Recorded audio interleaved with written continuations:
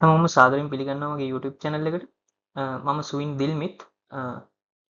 ඔයාලා මේ එකතු වෙලා ඉන්නේ ධාරා විද්‍යුතයේ පාඩම් මාලාවේ පළවෙනි වීඩියෝ එකත් එක්ක. මේකේ මම නෝට් එක වීඩියෝ එකේ description එකේ දාන්නම්. ඔයාලගේ අතේ කොලයක් පෑනක් මේ වෙලාවේ නැතත් ඔයාලට පුළුවන් මේ වීඩියෝ එක බලන්න. නෝට් එක description එකෙන් ගන්න. අපි එහෙනම් යමු පාඩමට. හරි. අපි මුලින්ම බලමු මොකද්ද මේ හැඳින්වීම විද්‍යුත් ධාරාවේ හැඳින්වීම. හරි. විද්‍යුත් ධාරාව කියන්නේ කිසියම් හරස් කඩක් හරහා මොනවා හරිම හරස් කඩක් හරහා ඒකීය කාලයකදී ගලා යන ආරෝපණ ප්‍රමාණය. මොකක් හරිම එක්ක සන්නායකයක් වෙන්න පුළුවන්. ඒකේ හරස් කඩ හරහා ඒකීය කාලයකදී. ඒ කියන්නේ තප්පර නම් තප්පර වලින් ගත්තොත් එක තප්පරයක්. එන්නේ විදිහට ඒකීය කාලයකදී ගලා යන ආරෝපණ ප්‍රමාණය තමයි විද්‍යුත් ධාරාව කියන්නේ. එතකොට මේ අපි t කාලයකදී q කියලා ආරෝපණයක් ගමන් කරනවා කියලා හිතුවොත් ඒ හරස් කඩ හරහා එතකොට ඒකීය කාලයකදී ගලා යන ආරෝපණ ප්‍රමාණය q බෙදීම t.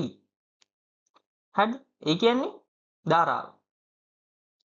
එතකොට ධාරාව සමානයි q බෙදීම t. ඒ කියන්නේ I සමානයි q බෙදීම t. ඕකෙන් තමයි සූත්‍රයක් එනවා ව්‍යුත්පන්න වෙනවා. q සමානයි it කියලා.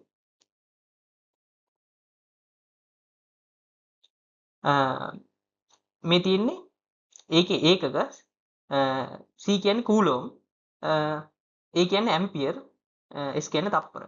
එතකොට කූලෝම් සමානයි ඇම්පියර් තප්පර. හරි.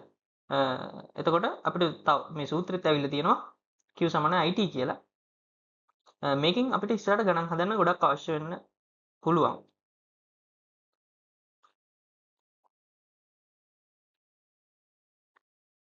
හරි. අපි බලමු ධාරා ඝනත්වය කියන්නේ මොකක්ද කියලා.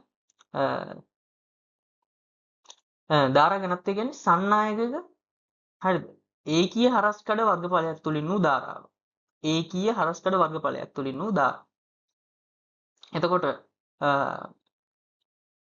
ඒකීය හරස්කඩක් ගත්තොතින් මොකක් හරි සන්නායකයක අන්න ඒක තුලින් වෙන ධාරාව තමයි මෙතෙන්දී අපි ධාරා ඝනත්වය කියලා සලකන්නේ. කලින් අපි සැලකුවේ හරස්කඩක් තුලින් වූ ආරෝපණ ප්‍රමාණය ඒ ධාරාව කියන එක.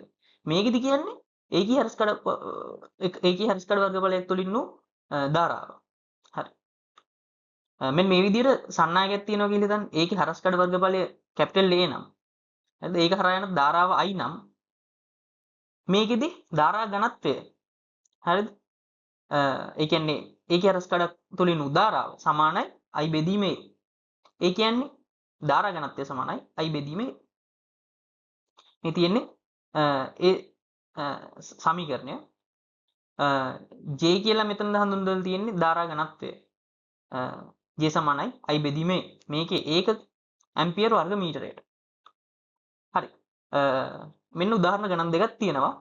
මුලින්ම පළවෙනි ගාන හදන්න try එකක් දෙන්න. අර Q සමානයි IT සූත්‍රය සහ J සමානයි I බෙදීම A කියන සූත්‍ර දෙක පාවිච්චි කරලා මෙන්න මේකේ මෙන්න මේ පළවෙනි කොටස ඒ කියන්නේ මුලින්ම දීලා තියෙන පළවෙනි කොටසට මිලිතප්පර එකකදී ගලා ගිය ආරෝපණ ඒ කොපමණද කියලා දෙවෙනියට දීලා තියෙන ධාරා ඝනත්වය කොපමණද කියලා අන්න ඒ දෙකට උත්තර හොයන්න. ඊට පස්සේ ආයෙ වීඩියෝ එක බලන්න. මම හිතනවා ඔයාලා try කරන්න නැති ගානට කියලා. මම ගාන කියවන්නම්. පළවෙනි ගාන කියනවා විදුලි රැහැනක් තුලින් ගලන ධාරාව 500 ඇම්පියර්. එම ධාරාව ගලා ගියේ වර්ග සෙන්ටිමීටර් එකක හරස්කඩ වර්ගඵලයක් තුලින්. එතකොට මිලිතප්පර එකක කාලයකදී ගලා ගිය ආරෝපණය කොපමණද කියලා අහනවා පළවෙනි කොටසට. හරි. අපි බලමු ඒක කොහොමද හොයන්නේ කියලා. ඔකට දානවා Q සමානයි IT සූත්‍රය. ඒකේ අපෙන් අහන්නේ Q නේ. එතකොට I දීලා තියෙනවා මෙතන 500 ඇම්පියර්. ඒක මම ආදේශ කරගත්තා. ආයේ කාලය දීලා තියෙනවා 1 මිලිතප්පර කියලා. ඒක අපි තප්පර වලට හරවලා මේ විදිහට ආදේශ කරගත්තා. මිලිතප්පර තියෙන එක තප්පර වලට හැරෙව්වා. ආදේශ කළා මෙයා සුළු කරගන්න. එතකොට එනවා 0.5 කූලෝම් කියලා. හරි. අපි බලමු ධාරා ඝනත්වය කොහොමද කියලා. ධාරා ඝනත්වයේ සූත්‍රයේ J සමාන I බෙදීම A. ඒකෙදි J සමානයි 500 ඇම්පියර් බෙදීම මෙතන අපි දන්නවා වර්ගඵලය දීලා තියෙනවා එකයි වර්ග සෙන්ටිමීටර් කියලා ඒක අපි වර්ග මීටර වලට හරවගෙන එයාගෙන් බෙදුවා. හරිද? එතකොට 500 ඇම්පියර් බෙදීම එකවරක් 10 ඍණ 4යි වර්ග මීටර. උත්තරේ එනවා මෙන්න මේ විදිහට J සමානයි 5 වරක් 10 6යි ඇම්පියර් වර්ග මීටරයට කියලා. හරි ඊළඟට මෙන්න මේක හදද්දි අර මම කිව්වා කූලෝම් වල කූලෝම් වල ඒ කියන්නේ සංකේතයට. හරිද? කූලෝම් වල සංකේතය මම කිව්වා C කියලා. අන්න මේක තමයි මේ C වලින් කොපමණද කියලා අහලා තියෙන්නේ. 60යි ඇම්පියර් hours C කියන්නේ කූලෝම් වලින් කොපමණද කියන එක. හරි මම කිව්වා කූලෝම් කියන්නේ ඇම්පියර් තාප්පර කියලා. අන්න ඒ කාරණාව ඔලුව තියාගෙන මේක හදන්න try එකක් දෙන්න. හරි මම හිතනවා ඔයාලා try එකක් දෙන්නේ නැති කියලා. අපි බලමු කොහොමද ඒ ගාන හදන්නේ කියලා. හරි 60යි ඇම්පියර් hour කියන එක මම ලියාගත්තා වෙනම පොඩ්ඩක් කඩලා 60යි ඇම්පියර් ගුණ කිරීම 1යි hour. ඒකේ 1යි hour මම තප්පර වලට හරවගත්තා. අන්න වැඩේ හරි. 60යි ඇම්පියර් ගුණ කිරීම 3600 තප්පර. එතන ඔයාලට පේන මෙතන ඇම්පියර් තප්පර වලට ඒකක හැරලා තියෙන්නේ. අපි මේක සුළු කරගමු. එතකොට එනවා 216 ගුණ කිරීම 10 3යි ඇම්පියර් තප්පර. ඇම්පියර් තප්පර කියන්නේ කූලොම්. අපි ඒ වුණාට කූලොම් දාන්න ලියමු. ඔන්න හරි. ඔයාලට මම හිතන්නේ ඒ කියපු කාරණා තේරෙන්නේ නැති. අපි ඉස්සරහට යමු. ඉස්සරහා කාරණා ටිකත් ගැන අපි පොඩ්ඩක් බලමු මොකද තියෙන්නේ කියලා. හරි. කර්චොෆ්ගේ පළවෙනි නියමය. මොකද්ද මේකද කියන්නේ? පරිපථ ජාලයක සංදියකදී හමුවන ධාරාවන්ගේ බීජ එකතුව ශූන්‍ය වේ. ඕක තමයි මේකේ සරලම කියන්නේ. හරි අපි උදාහරණයක් බලමු. හරි. මෙන්න මේ තියෙනවා ප්‍රතිරෝධ තුනක් තියෙන ප්‍රතිරෝධ ජාලයක් තියෙනවා. ඒකේ O කියලා සංදියක් තියෙනවා. I2, I3, I1 කියලා ධාරා තුනක් ගමන් කරනවා. ඔන්න අපි O සංදියට කර්චොෆ්ගේ පළවෙනි නියමය යෙදුවොත්. හරිද? I2 හරිද? I3 දෙන්න අපි හිතුවොතින් ධන කියලා. ඒ කියන්නේ අපි මෙහෙම හිතමුකෝ. හරිද? මේ සංදිය දෙසට එන ඒවා ධන කියලා හිතමු. හරිද? එතකොට I2 සහ I3 ධන. එතකොට සංදියෙන් ඉවතට යන ඒවා ඍණ කියලා හිතමු. එතකොට I1 ඍණ. හරි. O සංදියෙන් ඉවතට තමයි මේ I1 යන්නේ. එතකොට අපි එන්නේ ඒ තුන් දෙනාගේ බීජ ඓක්‍යය ගමු. හරිද? I2 ධන, I3 ධන, I1 ඍණ. ඒ තුන් දෙනාගේ බීජ ඓක්‍යය මොකක්ද දෙනවා කියන්නේ? මේ තියෙන බිඳුවට සමාන වෙනවා.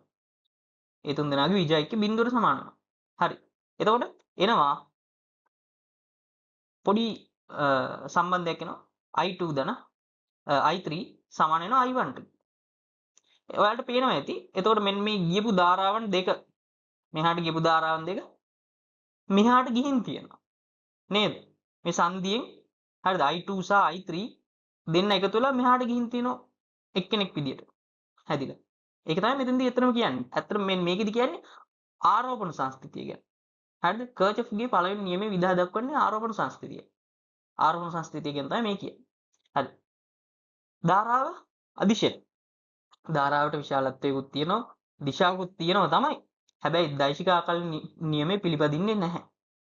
හරි? ඒ නිසා ධාරාව අදිශය. හරි? ධාරාවේ දිශාව ඍණ ආරෝපණ ගලන දිශාවට ප්‍රතිවිරුද්ධ දිශාව. හරි? ධාරාවේ දිශාව ඍණ ආරෝපණ ගලන දිශාවට ප්‍රතිවිරුද්ධ දිශාව. හරි. ඉස්සරහට යමු මොකද ඉස්සරහා පාඩම් වල තියෙන එක. ඉස්සරහා දේවල් වල තියෙන මොකද්ද කියලා බලමු. හරි. මෙන්න උදාහරණ ගණන් දෙකක් තියෙනවා. මේ දෙක මුලින්ම ඔයාලා try එක දීලා එන්න වීඩියෝ එකට. හරි. බලමු අපි පළවෙනි එක. මම හිතනවා ඔයාලා try එකක් දීලා එන්නේ නැති කියලා. මෙන්න මේ ප්‍රතිරෝධ ජාලයක් දීලා තියෙනවා. එයාට අපි කර්චොෆ් දාලා බලමු. මෙන්න මේ P සංදියට. I හොයන්න කියලා දීලා තියෙනවා. හරි. ඔන්න මම P සංදියට කර්චොෆ්ගේ පළවෙනි නියමය යෙදුවා. හරිද? අන්න එතකොට සංදිය පැත්තට තියෙන ඒවා මම ධන විදියට අරගෙන තියෙනවා ධාරාවන්. සංදියෙන් ඉවතට තියෙන ධාරාවල් ඍණ විදියට අරගෙන තමයි එකතු කරලා තියෙන්නේ. අපි බලමු සංදිය පැත්තට 0.2 ඇම්පියර් තියෙනවා. 0.6 ඇම්පියර් තියෙනවා. ආයේ 0.7 ඇම්පියර් තියෙනවා. ආයේ සංදියෙන් ඉවතට 0.4 ඇම්පියර් තියෙනවා. ආයේ 0.5 ඇම්පියර් තියෙනවා සංදියෙන් ඉවතට. මෙතන ඇම්පියර්. හරි. ඊට පස්සේ ආයේ ඍණ I ඒ කියන්නේ සංදියෙන් ඉවතට I තියෙනවා. මෙයානේ අපිට හොයන්න තියෙන්නේ. එයාවත් මෙතන දාලා එකතු කරා. හරි මේ සේරම එකතු කරා. එකතු කරලා බිඳුවට සමාන කරා. ඊට පස්සේ අපි I උක්ත කරගත්තට පස්සේ I ටාගයක් එනවා. 0.6 ඇම්පියර් කියලා. හරි. ඔයාලට තේරෙන්නේ නැති මොකද්ද මෙතන උනේ කියලා. දැන් ඒකේ තන්දරේම වගේ එකක් තමයි මෙතනක් තියෙන්නේ. අපි දාලා බලමු මේකටත් O සංදියට කර්චොෆ්ගේ පළවෙනි නියමය. හරි. ඔන්න මම ඒක දැම්මා. දැම්මට පස්සේ සංදිය පැත්තට තියෙනවා 5 ඇම්පියර තියෙනවා. I ධාරාව තියෙනවා. හරිද? අපිට I නේ හොයන්න තියෙන්නේ. එතකොට මෙන්න මෙහෙට ධාරා තුනක් ගිහින් තියෙනවා. අනිවාර්යෙන් මෙතනින් මෙහෙට ධාරා තුනක් ගිහින් තියෙන්න නම් හරිද? මෙන්න මෙහෙට ගිහින් තියෙනවා මෙන්න මේ O සංදියෙන් මෙන්න මේ ධාරා තුනේ ඓක්‍යයට සමාන කෙනෙක්. සමාන ධාරාව. එතකොට මෙන්න මේ තුන් දෙනාගේ ඓක්‍ය කීයද? 9. 9 ඇම්පියර. හරි. එතකොට මේ මෙහාට ගිහින් තියෙනවා 9 ඇම්පියර ධාරාව. මේ තියෙන්නේ. අපි එකතු කරලා බලමු. මේ තියෙන්නේ. සංදි දෙසට I තියෙනවා 5 ඇම්පියර තියෙනවා. ආය සංදි ඉවතට තියෙනවා මෙන්න මේ තුන් දෙනාගේ එකතු 9 ඇම්පියර. එතකොට I ට වගේක් එනවා I යුක්ත කරාට පස්සේ 4 ඇම්පියර කියන්නේ. හරි. අපි ඉස්සරහට යමු. දැන් බලමු ඕම්ගේ නියමය. හරි. ඕම්ගේ නියමය ගත්තට පස්සේ උෂ්ණත්වය සහ අනිකුත් භෞතික සාධක නියත විට. හරිද? උෂ්ණත්වය සහ අනිකුත් භෞතික සාධක නියත විට. සන්නායකයක් තුලින් ගලා යන විද්‍යුත් ධාරාව. හරි? සන්නායකයක් තුලින් ගලා යන විද්‍යුත් ධාරාව. එම සන්නායකයේ අග්‍ර අතර විභවාන්තරයට අනුලෝම සමානුපාතිකයි. හරි සරල කතන්දරයක්. සන්නායකයක් ගත්ත කියලා හිතන්න වයර් එකක්. වයර් එකක් ගත්තට පස්සේ ඒකේ උෂ්ණත්වය අනිත් භෞතික සාධකයි නියත නම්. හරිද? ඒක හරහා ගලා යන විද්‍යුත් ධාරාව හරිද?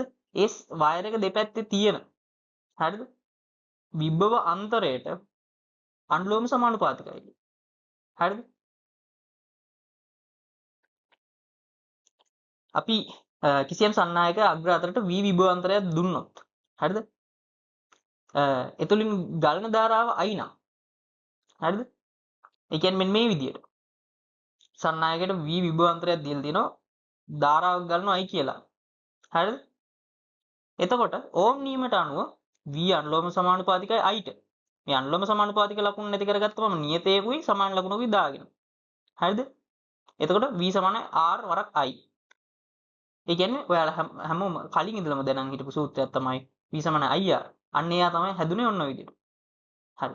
මෙන්න මෙයා තමයි v සමාන ir. මෙන්න මේ සූත්‍රය තමයි අපිට ඕම් නියමයේ ව්‍යුත්පන්න වන සූත්‍රය. ඔයාලට පැහැදිලි මං හිතන්නේ. මෙයාගේ මෙන්න මේ r කියන්නේ විද්‍යුත් ප්‍රතිරෝධය. ඔයාලා මේ වෙනකොට ඒකත් දන්නවා. හරි. මේකේ r වල ඒකකය වෙන්නේ ඕම්. හරිද? r වල ඒකකය ඕම්. ඒකත් ඔයාලා ඕලෙවල් කාලේදී ඉගෙනගෙන තියෙනවා. අපි ඉස්සරහට යමු. හරි. විද්‍යුත් ප්‍රතිරෝධය හැඳින්වීම. මේකේ තියෙන විද්‍යුත් ප්‍රතිරෝධය හැඳින්වීම සහ විද්‍යුත් ප්‍රතිරෝධයේ අර්ථ දැක්වීම කියලා දෙකක්. හරි. බලමු මොකද්ද හැඳින්වීමද කියන්නේ. සරලම ගත්තොත් සන්නායකයක මාධ්‍ය මගින් නැගින බාධාව තමයි විද්‍යුත් ප්‍රතිරෝධය කියන්නේ. සන්නායකයක මාධ්‍ය මගින් නැගෙන බාධාව. ඒ කියන්නේ ධාරාවට. හරිද? මේ කාටවත් නෙවෙයි ධාරාවට නැගෙන බාධාව. හරිද? ඕක තමයි සරල හැඳින්වීම කියලා ගන්න. හරිද? ඊට පස්සේ ප්‍රතිරෝධයේ අර්ථ දැක්වීම. අර්ථ දැක්වීම කියන්නේ හැඳින්වීමට වැඩිය ටිකක් එහාට කියපු දෙයක්. අපි බලමු මොකක්ද අර්ථ දැක්වීම කියන්නේ. සන්නායකයක විද්‍යුත් ප්‍රතිරෝධය යනු එම සන්නායකයේ තුලින් ඒකීය ධාරාවක් ගමන් කරවීම සඳහා ඒට සැපිය යුතු විභවාන්තරය. හරිද? ඒකීය ධාරාවක් ගමන් කරවීමට මේ සන්නායකය තුලින් ඒකීය ධාරාවක් ගමන් කරනවා. හරිද? ඒට සැපිය යුතු විභවාන්තරය. අපි බලමු කොහොමද ඒක වෙන්නේ කියලා.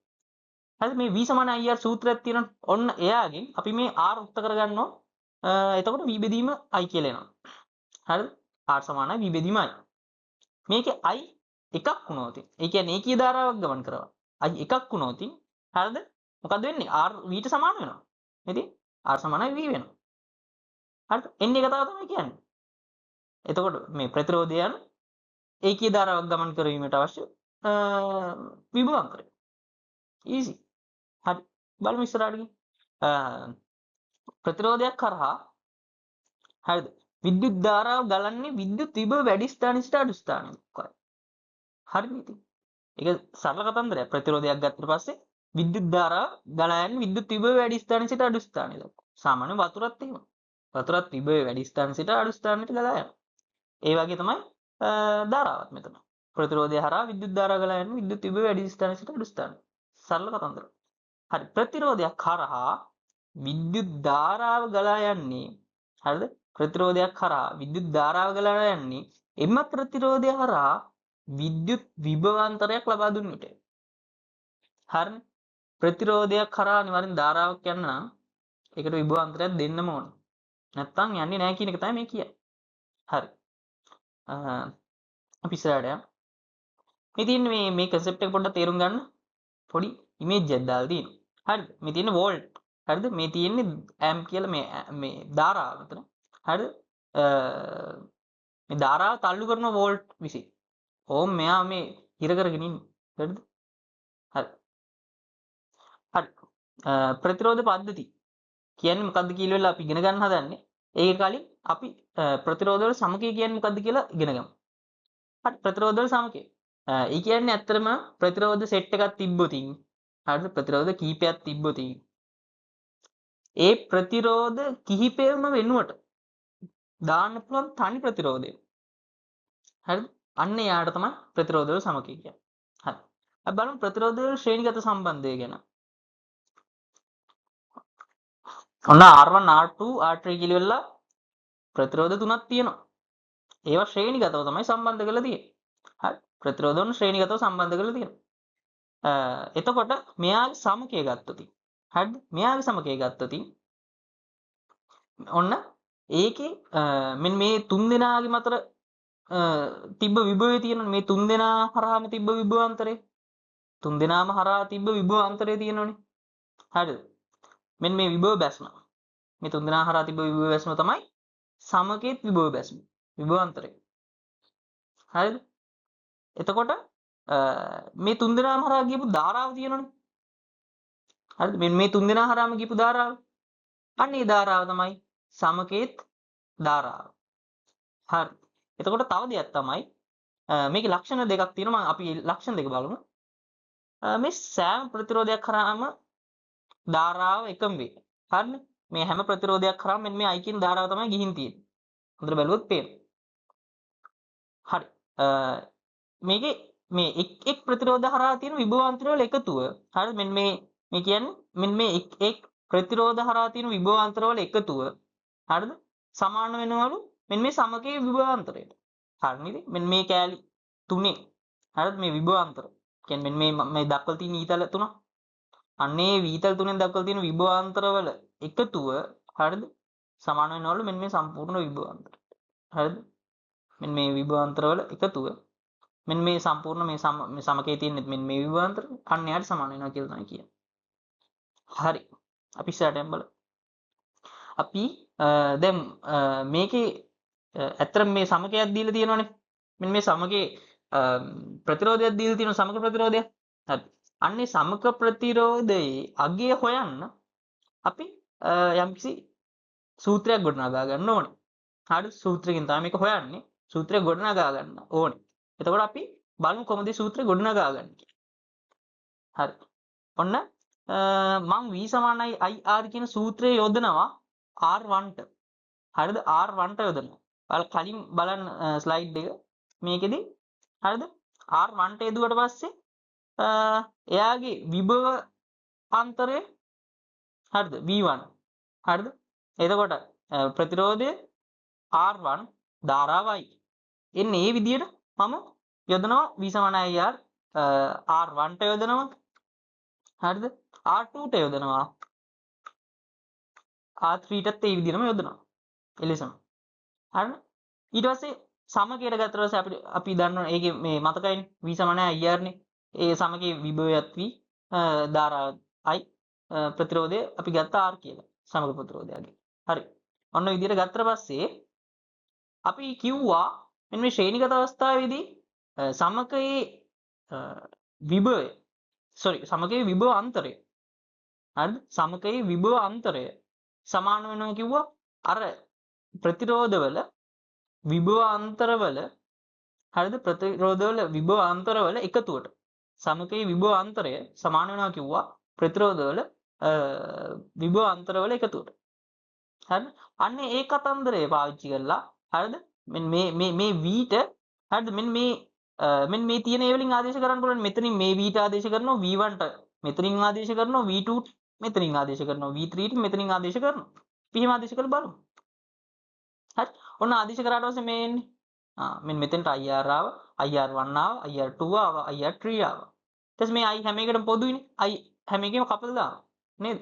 එතකොට උත්තරයක් එනවා. ඒ කියන්නේ සමීකරණයක් එනවා R සමානයි R1 ධන R2 ධන R3 කියලා සමීකරණයක් එනවා. හරි. එතකොට ඔයාලට තේරෙන්නේ නැති හරිද? මෙන්න මේ සමකයේ විභවය. හරිද? මම කලින් ස්ලයිඩ් එකට යන්නම්. මෙන්න මේ සමකයේ විභව නෙවෙයි සෝරි සමකයේ R වල අගය. සමකයේ R වල අගය. හරිද? සමකයේ R වල අගය හොයන සූත්‍රය තමයි අර අපි ගොඩනගා ගත්තේ. හරිද?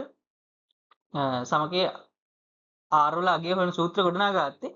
සමකයේ R වල අගය සමාන වෙනවා මෙන්න මේ ශ්‍රේණිගත අවස්ථාවේදී තියෙන අර සේරම ප්‍රතිරෝධවල එකතුයි. ප්‍රතිරෝධවල එකතුයි. හරිද? ප්‍රතිරෝධවල එකතුව සමානයි සමක ප්‍රතිරෝධයේ අගයට. ඒක තමයි අපි ගත්ත සූත්‍රයේ තේරුම. මේ තියෙන මේ සූත්‍රය. හරිද? තව concept එකක් මේ යටින් තියෙන්නේ. සමාන R ප්‍රතිරෝධ n සංඛ්‍යාවක සමකය R dash නම් හරිද? අපිට ගන්න පුළුවන් R dash සමානයි n වරක් R කියලා. හරි සරලයි නේ. අර සේරම මෙන්න මෙයාලා මේ හැමෝම සමාන නම් හිතන්න මෙයා මොකක් හරි දැන් 2යි කියලා. මෙතනත් 2යි. මෙයාගේ අගයත් 2යි නේ. කීයද R කියන්නේ? දෙකේව 3ක් 6ක්. ඒක තමයි මෙන්න මෙතන කියන්නේ. හරි. අපි ඉස්සරහට ප්‍රතිරෝධවල සමාන්තරගත සම්බන්ධය. හරි. ඒකෙත් අන්න අර විදිහට ප්‍රතිරෝධ පද්ධතියක් තියෙනවා. හරිද? ප්‍රතිරෝධ පද්ධතියක් තියෙනවා. ඒකට අපි සමකයක් මෙන්න මේ විදිහට හදාගෙන තියෙනවා. හරිද? සමකයක් ඒකටත් අර විදිහට හදාගෙන තියෙනවා. ඒකේ ඔයාලට තේරෙනවා ඇති මේහින් I කියලා ධාරාවක් එනවා. මේකේ මෙහින් I කියලා ධාරාවක් ආවට පස්සේ මෙන්න මේ අතු වලින් මෙන්න මේ ධාරාව බෙදිලා යනවා. හරිද? මෙන්න මෙහෙම බෙදිලා යනවා. හැබැයි මේ ධාරාවල් එකිනෙකට සමාන නැහැ. හරිද? මොකද මේ එකිනෙකට වෙනස් ප්‍රතිරෝධ තියෙන නිසා. ඔයාලට මේ ඒක පැහැදිලි ඇති. හරිද? මේවා නිකන් හරියට නිකන් මේ ඒ කියන්නේ පාරවල් තුනක් වගේ. එතකොට පාරවල් තියෙන පළල අණුව තමයි ඒකේ යන වාහන සංඛ්‍යා තීරණය වෙන්නේ. නේද? හොඳ ගොඩක් පළල ඉඩකඩ තියෙන ප්‍රතිරෝධය අඩු පාරක් නම් ගොඩක් වාහන යනවා. අන්න ඒ කතන්දරය වගේ තමයි මේක. හරිද? මෙහින් R මෙහින් I1 කියලා ධාරාවක් ගිහින් තියෙනවා. මෙහින් I2 කියලා ධාරාවක් ගිහින් තියෙනවා. මෙහින් I3 කියලා ධාරාවක් ගිහින් තියෙනවා. ඒ ධාරා තුනම එකතු වෙලා සම්පූර්ණ ආයෙත් අර මුලින්ම ඇතුළට ආපු ධාරාවම එළියට යනවා. ඒක දන්න කර්චොෆ් ගේ නියමයට අනුව මෙහින් ආව නම් අනිවාර්යෙන් මෙහින් යන්න ඕනේ. නේ? අතන වගේදී නැති වෙන්නේ නැහැ. හරි. එතකොට මෙයාගේ සම්පූර්ණ විභවාන්තරය v කියලා දීලා තියෙනවා. හරිද? සම්පූර්ණ විභවාන්තරය v කියලා දීලා තියෙනවා. එතකොට ඔයාලට පේනවා ඇති මේ හැම ප්‍රතිරෝධයකටම ලැබෙන්නේ මෙන්න මේ v කියන විභවාන්තරය. කලින් වගේ විභවාන්තර තුනක් නෙමෙයි මේකට හම්බුනේ. සේට්ටම මේ v කියන විභවාන්තරයෙම හම්බෙන්නේ. ධාරාව තමයි දැන් පොඩ්ඩක් මේ එකිනෙකට වෙනස් ධාරාවල් සෙට් එකක් හම්බෙන්නේ. මෙහෙට I1 මේක I2 I3. කලින් මේ ශ්‍රේණිගත සම්බන්ධයේදී මේ හැමෝටම එකම ධාරාවක් හම්බුණා.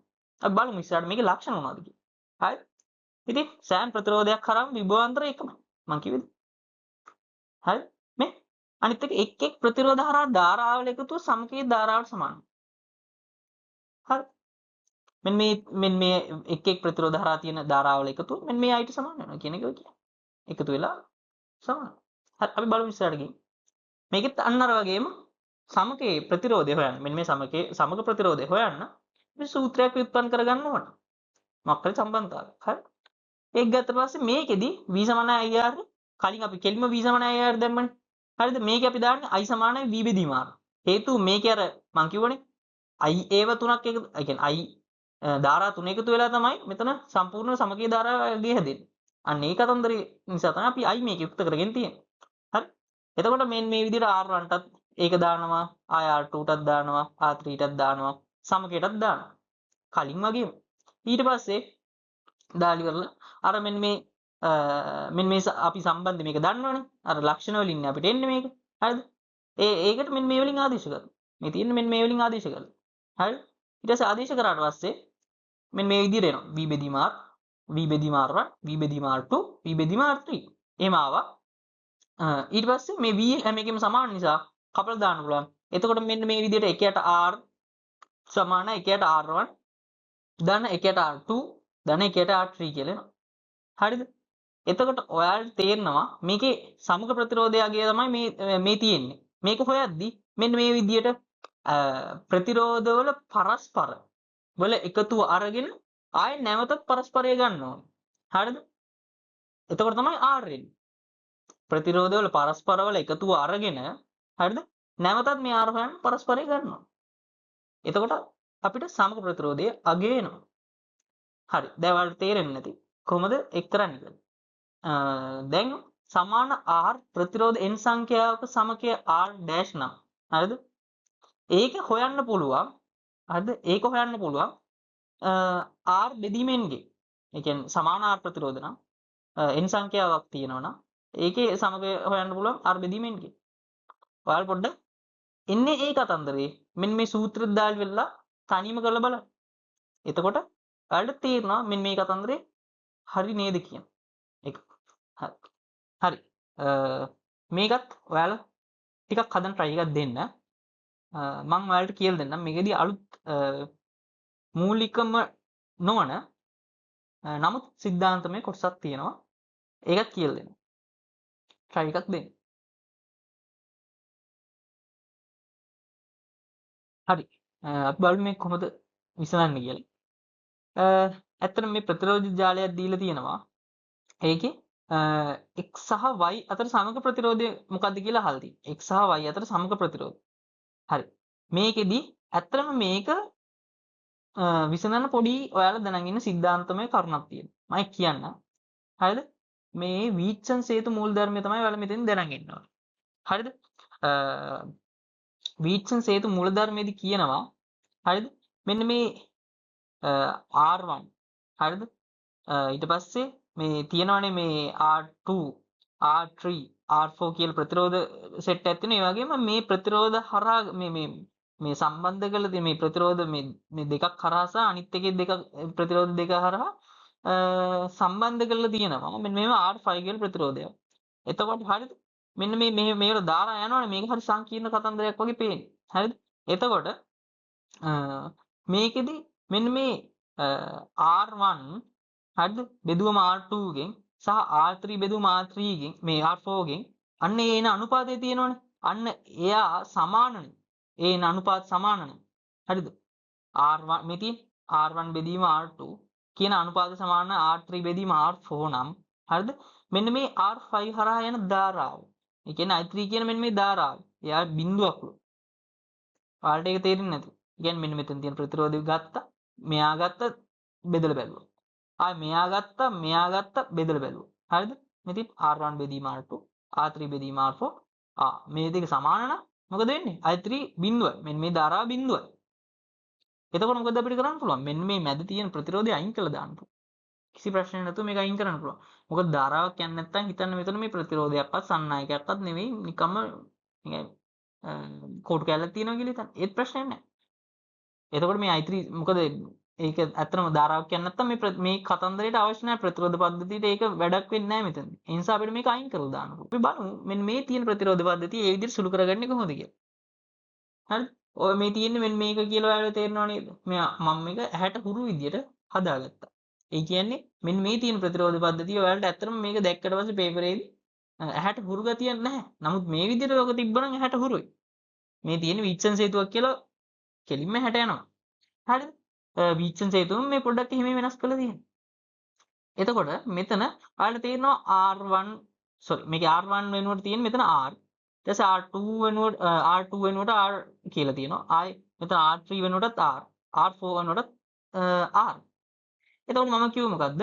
R1 බෙදීම R2 R3 බෙදීම R4 මේ අනුපාත ගත්තට පස්සේ එයාල සමානද බලන්න.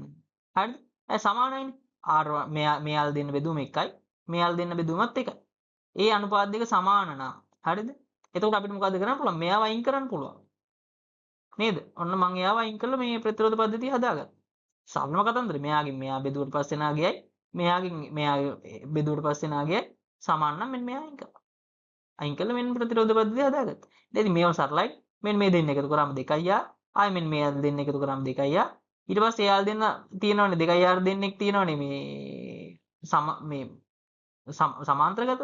ආයෙ 2යි ආ දෙන්න සමාන්තරගතව තියෙනකොට එයා සමකය ආර් බවට පත් වෙනවා. හරි. මෙන්න මෙයාලගේ සමස්ත පද්ධතියේ සමකය ආර්. එතකොට උත්තරේ 2.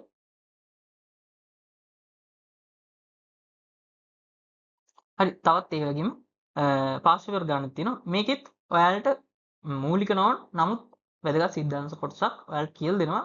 සර් මේකට මුලින්ම try එකක් දීලා බලන්න කොහොමද කරන්න කියලා. ඊට පස්සේ වීඩියෝ එක බලන්න.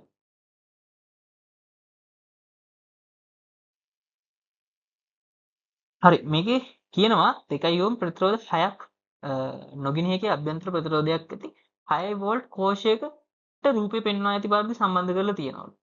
හරිද? එතකොට මේකේ කෝෂයේ අභ්‍යන්තර ප්‍රතිරෝධයකුත් නැහැලු. හරිද? මෙන්න මේ විදිහට සම්බන්ධ කරලා තියෙනවලු x සහ y විභව x සහ y ලක්ෂ අතර විභව අන්තරය වන්නේ කියලා දීලා තියෙනවා. අපි බලමු මේ වගේ කොහොමද හදන්නේ කියලා. මං ඔන්න මෙන්න මෙයාව ඇහැට හුරු විදියකට හදාගත්තා. මෙන්න මේ තියෙන පද්ධතිය ප්‍රතිරෝධ පද්ධතිය පොඩ්ඩක් ඇහැට හුරු විදියට හදාගත්තා. එතකොට තියෙන විදිය බලන්න. හරිනේ කිසි ප්‍රශ්නයක් නැහැ. මම මෙන්න මෙතන තිබ්බ ලක්ෂය පොඩ්ඩක් මෙහාට තල්ලු කරා. මෙතන ඉඳලා මෙතන තල්ලු කරා. හරි. ඊට පස්සේ ඒ වගේම මෙන්න මෙතන තිබ්බ ලක්ෂය පොඩ්ඩක් මෙන්න මෙහාට තල්ලු කරා. දැන් බැටරිය සම්බන්ධ කරපු වයර් එක තියෙන්නේ බැටරිය සම්බන්ධ කරපු වයර් එක තියෙන්නේ ඇදේට නෙමෙයි. දැන් තියෙන්නේ ඒක කෙලි. ඉතුරු ඒවා මේ විදිහටම තමයි. ඒක පැහැදිලි. මම හිතන්නේ ඔයාලට මේ තියෙන විදිය 60 හුරු විදියට හදාගත්තම මේක පැහැදිලි. හරි. දැන් මෙන්න මේ මැදින් ගහපු මේ වයර් එක මම පොඩ්ඩක් මේ ඒ කියන්නේ දැන් උතර මේ කෝෂයක්නේ. මැදින් ගහලා තියෙන කෝෂයක්. එතකොට මේකේ කාරණාව තමයි මෙතන විභවයක් සපයන එක. මෙතන එතකොට මෙන්න මෙතෙන්ට සාපේක්ෂව මෙතන විභවය 6කින් වැඩි අගයක් දෙන එක තමයි මෙතන මේ කෝෂයෙන් ඇත්තටම කරන්නේ. අපි මෙතන උපකල්පනය කරමු විභව බිඳුවයි කියලා. මෙතන විභව බිඳුවයි කියලා. ඒ වගේම මෙතන ධන 6යි කියලා. ඇයි මෙතන අපි උපකල්පනය කරලා කැමති විභවයක් දාගන්න පුළුවන්. මෙතන විභව බිඳුවයි කියලා දාගත්තා. මෙතන විභව ධන 6යි කියලා දාගත්තා. ප්‍රශ්නයක් නැහැ. අපි මේ කෝෂයෙන් කරන වැඩේ මම මෙතන මේ මාක් කරලා තියෙනවා. දැන් කෝෂයෙන් කරන විභවයක් හදලා දෙන එක. ඒක මම මෙතන කරලා තියෙනවා. මෙතන ධන 6 දාගත්තා. මෙතන බිඳුවක් දාගත්තා. හරි. එතකොට මේ එහෙම දාගෙන මම මේක පොඩ්ඩක් මේවා ආයේ තිබ්බ තැන් පොඩ්ඩක් තල්ලු කරා. කිසි ප්‍රශ්නයක් නැහැ. මෙයාම ඉන්නේ. හරිද? මෙන්න මෙතන x ලක්ෂය තියෙනවා. හරිද? ඒ වගේම මෙන්න මෙතන y ලක්ෂය තියෙනවා. මේ මෙහෙම තිබ්බ එක්කෙනා පොඩ්ඩක් මෙයාව පොඩ්ඩක් මෙහාට කරලා තියෙන්නේ. පොඩ්ඩක් මේ අතර හරවලා තියෙන්නේ. කිසි ප්‍රශ්නයක් නැහැ. මෙයාම තමයි තියෙන්නේ. මෙතන මෙයා පොඩ්ඩක් අපි වෙනම අවශ්‍ය එයා බැටරියෙන් කරන කාරණාව විතරක් මෙතන දාගත්තා. මෙතන 6 වෝල්ට් තියෙනවා. මෙතන 0 වෝල්ට් තියෙනවා. හරිද? අපි මේ උපකල්පනය කරා මෙතන 0 වෝල්ට් කියලා. මොකද අපි සාපේක්ෂවනේ ගන්න මෙතන තියෙන්නේ මෙතනට සාපේක්ෂව. අන්තරයක් කොහොමද ගන්න මෙතන? කිසි ප්‍රශ්නකුත් නැහැ. හරි. මේකෙත් පොඩි සිද්ධාන්තමය කොටසක් තියෙනවා. මොකක් හරි අවස්ථාවකදී කියන්නේ මේ වගේ ප්‍රතිරෝධ දෙකක් තියෙන වෙලාවක. හරිද? ප්‍රතිරෝධ දෙකක් තියෙන වෙලාවක අපිට කියනවා මෙන්න මේ ප්‍රතිරෝධ දෙක අතරමැද මොකක් හරි විභවයක් හොයන්න කියලා. ප්‍රතිරෝධ දෙක මෙන්න මේ අතරමැද තැනක විභවයක් ගන්න කියලා කියනවා. ඒ විභවය ඔන්න V1 කියලා හිතන්න. එන්න V1 හොයන්න තමයි අපිට කියන්නේ. එතකොට එක තැනක එයාගේ විභවයේ බිඳුව අනිත් තැන ධන v විභවය. එතකොට මේ වගේ තියෙන වෙලාවක මෙන්න මෙතන විභවය හොයන්න V1 හොයන්න අපිට පුළුවන් මෙන්න මේ සම්පූර්ණ මේ V බෙදනවා මෙන්න මේ ප්‍රතිරෝධ ඒ කියන්නේ මේ ප්‍රතිරෝධ වල එකතුවෙන් හරිද බෙදලා ආයි ಗುಣ කරනවා හරිද මෙන්න මේ බිඳුව ඉඳලා ගත්තට පස්සේ මේ මට්ටම දක්වා පහුවෙන ප්‍රතිරෝධ සෙට් එක තියෙනවා අන්න එයාලගේ එකතුවෙන් ಗುಣ කරනවා. දැන් මෙතෙන්ද එද්දි මෙයාලට හම්බෙන්නේ මේ ප්‍රතිරෝධ මේ මට්ටම දක්වා තියෙන්නේ R1 විතරයි. එතකොට R1 ගෙන් ಗುಣ කරනවා. පැහැදිලිද? මේ තියෙන්නේ V1 හොයන්න සම්පූර්ණ විභවය ගත්තා. ඊට පස්සේ එයා බෙදනවා මුලින්ම ප්‍රතිරෝධ සෙට් එකෙම බෙදනවා. ඒ කියන්නේ ප්‍රතිරෝධ සෙට් එක එකතුවෙන් බෙදනවා. හරිද? ප්‍රතිරෝධ සෙට් එක එකතුවෙන් බෙදනවා. ඊට පස්සේ ಗುಣ කරනවා මෙන්න මේ මට්ටමට යටින් තියෙන ප්‍රතිරෝධ වල එකතුවෙන්. ඒ කියන්නේ R1 විතරයි මෙතන මට්ටමට යටින් තියෙන්නේ. හරිද? එතකොට R1 ගෙන් විතරක් තමයි මේ ಗುಣ කරන් තියෙන්නේ. හරි. අපි බලමු මෙන්න මෙයාගේ ඒ වගේ මෙන්න මෙතන y ගේ සහ x ගේ විභවයන් දෙක ගන්න. සරලයි දැන් ওই කතන්දරය වගේ. මෙතන 6යි මෙතන බිංදුවයි. හරිද? මෙතන 6යි මෙතන බිංදුවයි. අපි කොහොමද හොයන්නේ කියලා බලමු. ඉතින් මේ මේකෙදි 6 බෙදනවා මේ අත්ත විතරක් හිතමු පොඩ්ඩක්. මේ පැත්තේ මුලින්ම හිතමු. දැන් අපි මුලින්ම x නේ හොයන්නේ vx නේ හොයන්නේ. vx හොයනකොට මේ අත්ත විතරක් හිතලා හරිද? මෙතන x වල ගේනේ අපිට මේ x වල විභව ගේනේ හොයන්නේ. එතකොට vx හොයද්දි මෙන්න මේ 6 කියන 6 වෝල්ටේජ් මෙතෙන් දාලා තියෙනවා. මේ 6 බෙදනවා සම්පූර්ණ මෙන්න මේ තුන් දෙනාගේ. මෙන්න මේ ප්‍රතිරෝධ තුනෙන් මේ තුනේ එකතුවෙන් අපි බෙදනවා. හරිද? තුනේ එකතුවෙන් බෙදලා ಗುಣ කරනවා මේ x දක්වා සහ ඊට යටින් තියෙන ඒ කියන්නේ x දක්වා ඊට යටින් තියෙන ප්‍රතිරෝධවල එකතුවෙන් ಗುಣ කරන්නේ. ඉතින් කියන්නේ මෙයා තමයි අපි පල්ලෙහා පැත්ත කියලා හිතන්නේ. මෙන්න මේ බිඳුව තිබ්බ පැත්තනේ පල්ලෙහා පැත්ත. අන්න ඒ විදිහට මෙයා මේ බිඳුව තියෙන පැත්ත අපි පල්ලෙහා පැත්ත කියලා හිතමු. මෙන්න මේ කතන්දරය වගේ. එතකොට මෙන්න මේ දෙන්නගේ එකතුවෙන් ಗುಣ කරනවා අපි. හරිද? මෙන්න මෙයාගේ මේ සම්පූර්ණ තුන් දෙනාගෙම එකතුවෙන් බෙදලා මෙන්න මේ දෙන්නගේ එකතුවෙන් ಗುಣ කරා. එතකොට එනවා vx ට 4ක් එනවා. හරි? ඒ වගේම අපි ඊළඟට හොයන්න ඕනේ vy. vy හොයද්දි අන්න ඒ වගේම තමයි ඉතින්. ඒකෙදි මේ පැත්ත නිකන් මේ අත්ත තමයි අපි ගන්න. හරිද? මේ අත්ත අරගෙන ඉවරලා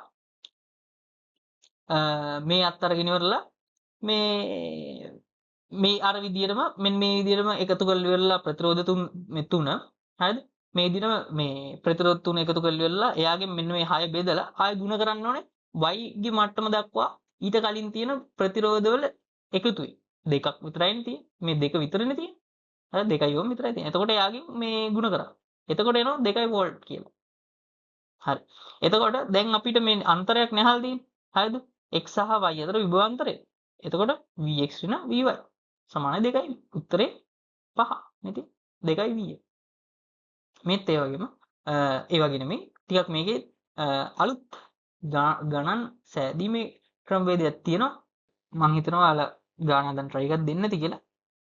හරි. මම මෙන්න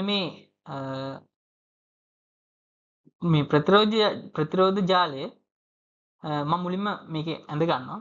මේ තියෙන මේ ප්‍රතිරෝධ ජාලය. හරිද?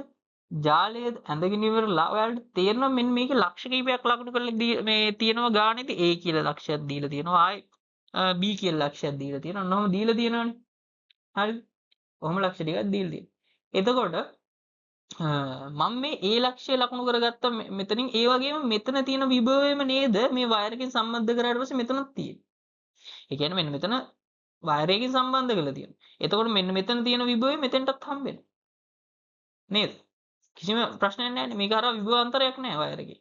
එතකොට මෙතන තියෙන විභවය තමයි මෙතනත් තියෙන්නේ. එතකොට a ලක්ෂ දෙක සමාන ලක්ෂ දෙකක් විදිහට අපිට ගන්න පුළුවන්. එතකොට මෙතන තියෙන්නෙත් a මෙතන තියෙන්නෙත් a. හරි. ඒ වගේම දැන් මෙතන b ලක්ෂයේ හරිද? b ලක්ෂයේ මෙන්න මෙතන ආයේ සම්බන්ධ කරලා දිනන වයර් එකක් ගහලා මෙහාට. හරිද? එතකොට මෙතන මේ ලක්ෂයේම තමයි මෙතනත් තියෙන්නේ. ප්‍රශ්නයක් නැහැ. මේ සන්නාගයක් තියෙන්නේ. එතන සම්බන්ධ කරලා තියෙන්නේ මේ ලක්ෂයේම තමයි මෙතනත් තියෙන්නේ. අවුලක් නැහැ. හරි. මෙතන එතකොට ඔයාලට පේනවා මෙතන c කියලා ලක්ෂයක් දීලා නැතුණාට ගානේ මම මේකේ දාගෙන තියෙනවා c කියලා ලක්ෂය. හරිද? මෙතන තියෙන ලක්ෂෙම නේද මෙතනත් තියෙන්නේ. ඒ නිසා තමයි මම මේ c කියලා ඉවරලා අපේ පහසුවට මෙතන දාගෙන තියෙන්නේ. මෙතන තියෙන ලක්ෂෙම තමයි මෙතනත් තියෙන්නේ. හරි. එතකොට මම ඒ විදිහට ලක්ෂ ටික ලකුණු කරගත්තා එක සමාන ලක්ෂ ටික. හරි. දැන් බලමු කොහොමද මේක ඉස්සරහට හදාගෙන යන්නේ කියලා. හරිද? මම a ලක්ෂය මාක් කරගත්තා, ආයි b ලක්ෂය මාක් කරගත්තා, ආයි c ලක්ෂය මාක් කරගත්තා. හරිද? ඔන්න ඔය විදිහට ලක්ෂ තුන මාක් කරගත්තා. හරිද? දැන් මම කල්පනා කරනවා a වල ඉඳලා b වලට තියෙන ප්‍රතිරෝධ කොච්චර තියෙනවද කියලා. ප්‍රතිරෝධ සංඛ්‍යාව. a වල ඉඳලා b වලට මොනච්චරයි තියෙන්නේ? 1 ohm එක ප්‍රතිරෝධයක් තියෙනවා. හරි. එන්නේ ආව මම මාක් කරගන්නවා. හරි. ඊළඟට මම බලනවා දැන් a වල ඉඳලා c වලට කොච්චර තියෙනවද කියලා බලනවා ප්‍රතිරෝධය. මෙන්න මෙතන එක ප්‍රතිරෝධයක් තියෙනවා. මම එයාවත් මාක් කරගන්නවා. හරිද? a වල ඉඳලා c වලට ඔන්න එක ප්‍රතිරෝධයක් තියෙනවා. එයාව මාක් කරගත්තා. හරි. ඔන්න දැන් ආයේ මෙන්න මෙතන a ලක්ෂය ඉඳලා ආයේ c ලක්ෂයට තව ප්‍රතිරෝධයක් තියෙනවා. නේද? මේ a ලක්ෂය ඉඳලා මෙතන c ලක්ෂයට තව ප්‍රතිරෝධයක් තියෙනවා. එතකොට මම එයාවත් මාක් කරගන්නවා. හරි. එතකොට ඔන්න A වල ඉඳලා C වලට තියෙන ප්‍රතිරෝධ දෙකම මම මාක් කරගත්තා. මෙතන ඉඳලා එකක් තියෙනවා. ආයෙ මෙතන ඉඳලා එකක් තියෙනවා. ඒ දෙන්නම තියෙන්නේ කොහොමද?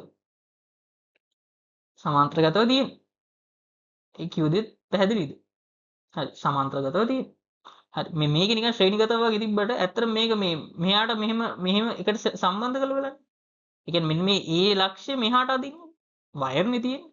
එතකොට ඔයාලට තේරෙනවා මේ දෙක තියෙන්නේ සමාන්තරගතව. හරි. දැන් අපි ඊට පස්සේ බලනවා B ලක්ෂයේ ඉඳලා C ලක්ෂයට තියෙන ප්‍රතිරෝධය. හරිද? ඔන්න මෙතන ඉඳලා එකක් තියෙනවා. ආයෙ මෙන්න මෙතන ඉඳලා එකක් තියෙනවනේ. මම මේ දෙන්නම මාක් කරගන්නවා. ඔන්න එකක් මාක් කරගත්තා. හරිද? B වල ඉඳලා C වලට තියෙන එක ප්‍රතිරෝධයක් මාක් කරගත්තා. ඉතුරු ප්‍රතිරෝධෙත් මාක් කරගන්නවා. ඔන්න B වල ඉඳලා C වලට තියෙන. දැන් වැඩි තේරුණානේ. ඔන්න මම ඇහැට හුරු විදියට අපිට සුළු කරගන්න පුළුවන් විදියට දැන් මෙන්න මේ ටික මාක් කරගෙන තියෙනවා. දැන් මෙන්න මෙයාලා සුළු කරමු. මෙන්න මේ දෙන්න සුළු කරනවා. මේ දෙන්න සුළු කරමු. සුළු කරමු මුලින්ම. හරිද? ඔන්න මේ දෙන්න සුළු කරාට පස්සේ අපිට ආවා මෙන්න මේ විදියට එකක්. හරිනේ මේ දෙන්න 1 1නේ. 1 ඕම් 1 ඕම්. හරිද? ඒ දෙන්න සමාන්තරගතව එකතු කරාට පස්සේ 0.5යි. අපි දන්නවා n සංඛ්‍යාවක් තියෙනවා නම් සමාන ප්‍රතිරෝධ හරිද? n සංඛ්‍යාවක් තියෙනවා නම් ඒකෙදි අපි කිව්වා r බෙදීම n කියලා සමකයේ යගේ. හරිනේ? 1 බෙදීම 2.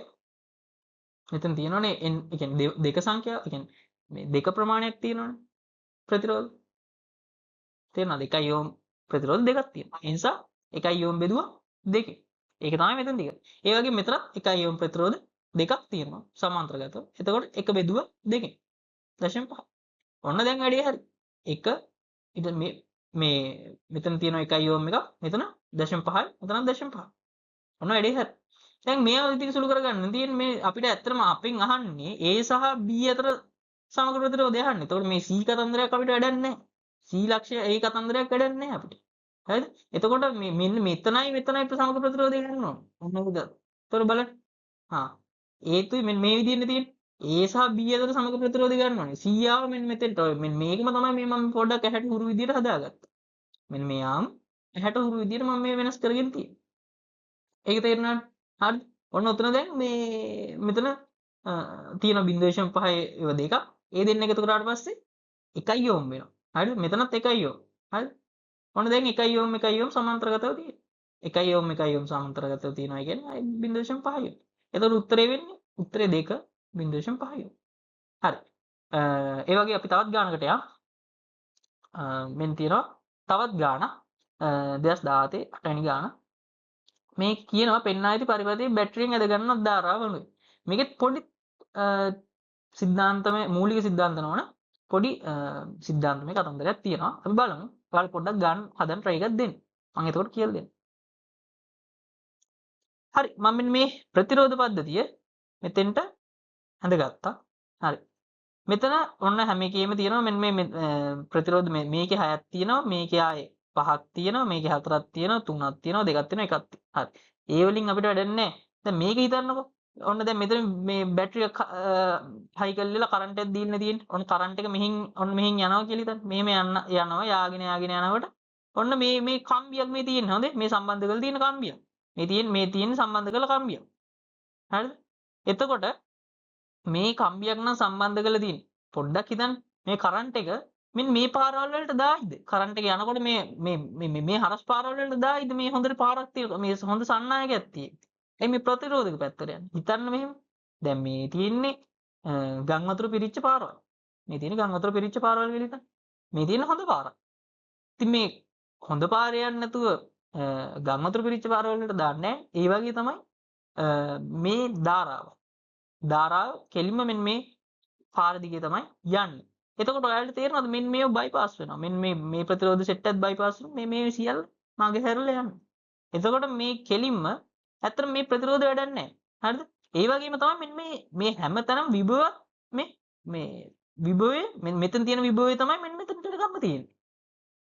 හරිද? මේ හැමතැනම එකම විභවය තියෙන. අයි සන්නායකයන්නේ V' කියන මෙන්න මේ විභවය තමයි V' කියන මෙන්න මේ විභවය තමයි හැමතැනම තියෙන්නේ. මෙතනින් පටන් ගත්තා ඊපස්සේ මේ හැමතැනම මේක තියෙනවා අනිත් එක මෙතන විභවාන්තරයක් නැත්තම් ඒ කියන්නේ මෙතනත් V' මෙතනත් V' නම් මේ වරා කොහොමත් යන්නේ නැහැ. මේක ලොකු හැල්ලක් විදියට මෙන්න මේක දුන්නට මේවට සුළු කරලා පිටු ගණන් හදන දේවල් නෙමෙයි. හරිද? එතකොට මෙන්න මේකේ මේ සේරම අයින් කරන්න පුළුවන්. ඔය සේරම අයින් කරලා මම මෙන්න මේ වයර් එක ගහගත්ත මෙතෙන්ට. ප්‍රශ්නයක් නැහැ. මම මේ වයර් එක මේ රවුමක් ගහලා මෙතෙන්ට ගහගත්තා. නේ? මේක මෙතෙන්ට ගහගත්තා. දැන් ඉතුරුලා තියෙන සාමාන්‍ය අපි දන්න විදිහම ප්‍රතිරෝධ සෙට් එක. මෙතන තුනක් තියෙනවා. ඒ තුන වෙනුවට අපි දන්නවා එක සමානයිව තියෙනවනම් ප්‍රතිරෝධ ශ්‍රේණිගත අවස්ථාවකදී තුනයි මෙතන කියන්නේ මේ තුනෙන් ගුණ වෙනවා. තුනක් නෙති 3යි R. හරි මෙතනත් 3යි R. ඒ දෙන්න මෙන්න මේව මේ වෙන වෙනම මෙන්න මේ සෙට් දෙක තියෙනවා. ඒ දෙක මම මෙන්න මෙහාට ගෙනල්ලා මේ පැත්තට ගෙනාවා. ඇහැට හුරු විදියට. මේකත් මම මේ පැත්තට ගෙනාවා. ඇහැට හුරු විදියට. අන්න ඊට පස්සේ මේ 3යි R තියෙනවා. ඒ දෙන්න එකතු කරනවා 6යි R වෙනවා. හරිද? ඒ දෙන්න 6යි R ඊට පස්සේ ඊට පස්සේ දානවා V සමානයි මේ මෙතන ඔව් V සමානයි IR දානවා. හරිද? V සමානයි IR දැම්මට පස්සේ මෙතන අපි අයිනේ අහලා තියෙන්නේ I සමානයි V බෙදීම 6 මේ තියෙන උත්තරේ ඒක. හරි අපි තවත් ගානකට යමු. හරි මේ තියෙන්නේ මේක බලමු. මේක කියලා තියෙනවා දියති පරිපථයේ බැටරියෙන් නැද ගන්න ධාරාව ඇම්පියර වලින් ගොනුවේ. හරිද? මේක සරලයි. හරිද? හරි. මම මෙන්න මේක ඇඳගත්තා. මෙන්න මෙතෙන්ට ඇඳගත්තා. හරිද? මම මෙන්න මේ ප්‍රතිරෝධ ජාලය මෙන්න මෙතෙන්ට මේ ඇඳගෙන තියෙනවා. ඒකෙදි ඔයාලට පේනවා මෙන්න මෙතන මේ 2යි R තියෙනවා 3යි R තියෙනවා 4යි R තියෙනවා. හරිද? ආයෙ මෙතන R මෙහෙම තියෙනවා. මම මේ 2යි R වෙනකොට මෙයාව කඩලා ඇඳගත්තා. වෙන වෙනම කඩලා ඇඳගත්තා. ආයෙ 3යි R වෙනකොට R ඒ තුනකින් එහෙම කඩලා ඇඳගත්ත කියලා හිතන්න. 2යි R වෙනකොට R ඒව දෙකක් දා ගන්නවා. 3යි R වෙනකොට R ඒව තුනක් දා ගන්නවා. 4යි R වෙනකොට R ඒව හතරක් දා ගන්නවා කියලා හිතන්න. මම එහෙම දාගත්තා. හරිද? ඔන්න එහෙම දාගත්තා. මෙතන 2යි R වෙනකොට R කැලි දෙකක් දාගත්තා. මෙතන 3යි R වෙනකොට R තුනක් දාගත්තා. 4යි R වෙනකොට R හතරක් දාගත්තා. ওই විදිහට දාගෙන ඉවරලා මම හදලා තියෙන්නේ දැන් ප්‍රතිරෝධ පද්ධතිය. හරිද? එතකොට පොඩ්ඩක් බලන්න මෙන්න මේ වයර් අර මේ හයි කරලා තියෙන තැන්. හරිද? වයර් හයි කරලා තියෙන දැන් මේ හරහාට වයර් වගේක් හයි කරලා තියෙනවනේ. හරිද? ඒවල විභව මට්ටම් මේ සමානයි නේද හැම එකෙම? හේතුව බලන්න. දැන් මෙයා මෙතන ඉඳලා ගත්තට පස්සේ මෙතන හිතන්න බිඳුවයි මෙතන තියෙන්නේ 9 නෙමෙයි මෙතන බිඳුවක් කියන්න බෑ අපිට. අපි ගමු මෙතන බිඳුවයි කියන්නේ. මෙතන යම්කිසි විභවයක් තියෙනවා කියලා හිතන්න. මොකද මෙතන මේ ප්‍රතිරෝධයක් තියෙන නිසා මේ පැත්ත 9 කියලාම අපිට මේ හරියම කියන්න බෑ. මෙතන බිඳුව නම් මෙතන 9 එහෙම කියලා ගන්න බෑ. මොකද මෙතන මේ විභව බැස්මක් තියෙන නිසා. හරි. එතකොට මෙතන අපි හිතමු මෙතන මේ බිඳුව තියෙන මෙතන V කියලා විභවයක් තියෙනවා කියලා හිතන්න. මෙතන V කියලා විභවයක් තියෙනවා. මෙතන බිඳුව කියලා තියෙනවා. එතකොට මෙතන ඉඳලා ඉවරලා යටින් තියෙන සේරම ඒ කියන්නේ මේ ලක්ෂය දක්වා මේ යටින් තියෙන ප්‍රතිරෝධ ප්‍රමාණය සමානයි. මෙතනත් ප්‍රතිරෝධ 3යි තියෙන්නේ. එතනත් 3යි. එතකොට ඔයාලට තේරෙනව නේද? මෙන්න මේක දිගින් තියෙන එකම විභවනේ මේ සන්නායකම් විතර. මෙතනත් එකම විභවනේ. එතකොට මෙන්න මේ එකම මට්ටම ඒ කියන්නේ එකම මේ උසවල් වල. හරිද? ඒ කියන්නේ උසවල් කියන්නේ මෙතන එකම මට්ටම් කියලා හිතන්න. මෙන්න මේ ප්‍රතිරෝධ පහු කරලා එන මට්ටම් කියලා හිතන්න. මෙතනත් ප්‍රතිරෝධ 3ක් පහු කරලා එනවා. මෙතනත් ප්‍රතිරෝධ 3ක් පහු කරලා එනවා. හරිද? එතකොට මේ මට්ටම් දෙක අතර තියෙන මේ ඒ කියන්නේ මේ මට්ටම් දෙක අතර විභවාන්තරයක් නැහැ නේද? එතන විභවාන්තරය ශූන්‍යයි මට්ටම් දෙක අතර. එතකොට ඇත්තට මෙතනත් T1 මෙතනත් T1 නේ. එතකොට විභවාන්තරයක් නැත්තම් මෙතන මේ සන්නායකයක් ගහලා ඒතර වැඩක් නැහැ ධාරාවක් කියන්නේ නැහැ නේද? විභව මේක අරා ධාරාවක් කියන්නේ නැහැ. හරි.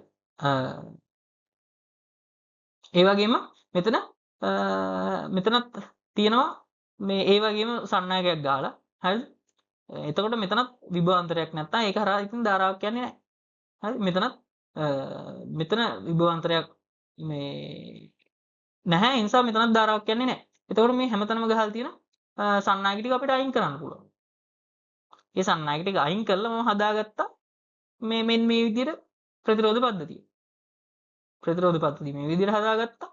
එතකොට ඔයාලට පේනවා හරි දැන් මෙතනත් පහක් තියෙනවා. මෙතනත් පහක් තියෙනවා. මෙතනත් පහක් තියෙනවා. හරිද? මේ විදිහට ප්‍රතිරෝධ පහ ගානේ තියෙන සමාන්තරගතව මේ වගේ සෙට් හතරක් තියෙනවා. ශ්‍රේණිගතව ප්‍රතිරෝධ පහ ගානේ තියෙන සෙට් හතරක් සමාන්තරගතව සම්බන්ධ වෙලා තියෙනවා. හරිද? මේ බලන්න. එතකොට මෙන්න මේ ශ්‍රේණිගතව තියෙන පහ එකතු කරන්න පුළුවන් නේද 5r කියලා. හරිද? මෙතනත් 5r 5r 5r. එහෙම ටිකක් මෙන්න මෙහෙම මේ සමාන්තරගතව තියෙනවා. ඊට පස්සේ මේ ඒ සමාන්තරගතව තියෙන හතර දෙනා සුළු කරාට පස්සේ 5r බෙදීම 4යි නේද? ඇයි මේ සේරම 5යිනේ. අපි දන්නවා මේ එක සමාන ප්‍රතිරෝධ තියෙනවා නම් ඒ ටික මේ ඒ තියෙන ප්‍රතිරෝධ ගාණය බෙදුවට පස්සේ වැඩි හරි කියලා 5r බෙදීම 4යි. හරි. මෙන්න මෙතන තියෙනවා 5r බෙදීම 4යි. දැන් මේ හතර දෙනා වෙනුවට මම දාගත්ත 5r මේ බෙදීම 4යි කියලා. ඊට පස්සේ මෙන්න මෙතන තියෙන r එක හරිද? මෙන්න මෙයා එකතු කරන්න පුළුවන් නේද? මෙන්න මෙතන තියෙන r එක මෙයා එකතු කරන්න පුළුවන් නේද? 5r බෙදීම 4. හරි. එකතු කරන්න පුළුවන්. ඒ ශ්‍රේණිගතවනේ. මෙයා තියෙන ශ්‍රේණිගත. දැන් තියෙන ශ්‍රේණිගත. හරි. දැන් හරිද? මේකේ මේ ඊට පස්සේ එකතු කරාට පස්සේ නාගේ v සමානයි ir මෙන්න මෙහෙම මේ දාන්න තියෙන්නේ. මේ v කියන්නේ 9යි i වරන් ඇතුලේ මම මේ දෙන්න එකතු කරලා දාලා දිනවා 5ir බෙදීම 4 ධන r. හරිද? ඊට පස්සේ i සමානයි 4 බෙදීම r. හරිම ලේසි. උත්තරේ මෙදී 4 4 බෙදීම r. මම හිතනවා ඔයාලට තේරෙන්නේ නැති අද පාඩම කියලා. ඒ වගේම මම මේ පාඩමේ ඉතුරු ටිකත් ඉස්සරහා වීඩියෝ වලින් කරනවා. මොන හරි ඔයාලට ප්‍රශ්නයක් තියෙනවා නම් කමෙන්ට් සෙක්ෂන් එකේ දාන්න. ඔයාලට තියෙන ඕනම ප්‍රශ්නයක් දාන්න මම උත්තර දෙනවා. ඒ වගේම මේකට අවශ්‍ය නම් ඇඩිෂනල් වීඩියෝ එකක් හරි කරනවා. ඒ කියන්නේ ඔයාලට ඇඩිෂනල් MCQ මොන හරි සාකච්ඡා කරන්න ඕන නම් ඒකට මම ඇඩිෂනල් වීඩියෝ එකක් දෙනවා. ඔයාලට ඇත්තටම පහසු විදිය මොකද්ද? මේ විදිහට නෝට් එකක් දෙන විදියද නැත්නම් ඔයාලට වයිට් බෝඩ් එකේ උගන්වන විදියද මොන විදිහද කියලා ඔයාලා කමෙන්ට් එකක් දාන්න. ඇත්තටම මම මේ විදිහට කරේ ඔයාලට ඇත්තටම නෝට් එකක් දාගන්න අවශ්‍ය නැහැ මේ උගන්වනකොට. මේ සම්පූර්ණ නෝට් එක මම දෙනවා. එතකොට ඔයාලට අඩුම يعني බස් එකේ යන වෙලාවක වුණත් ඇත්තටම මේ වගේ වීඩියෝ එකක් බලන්න පුළුවන් ෆෝන් එකෙන්. ඔයාලට වෙලාව ඉතුරු කරගන්න පුළුවන්. ඇත්තටම ඔයාගේ අතේ කොලයක් පෑනක් තියෙන්න අවශ්‍ය නැහැ. ඒ නිසා මම හිතනවා ඔයාලට මේක අද දේවල් ටික තේරෙන්නේ නැති. ඔයාලට අවශ්‍ය තවත් පාඩම් තියෙනවා නම් ඒවත් කමෙන්ට් සෙක්ෂන් එකේ දාන්න. වීඩියෝ එක අන්තිම වෙනකන් බැලුවා නම් හැමෝටම ස්තුතියි.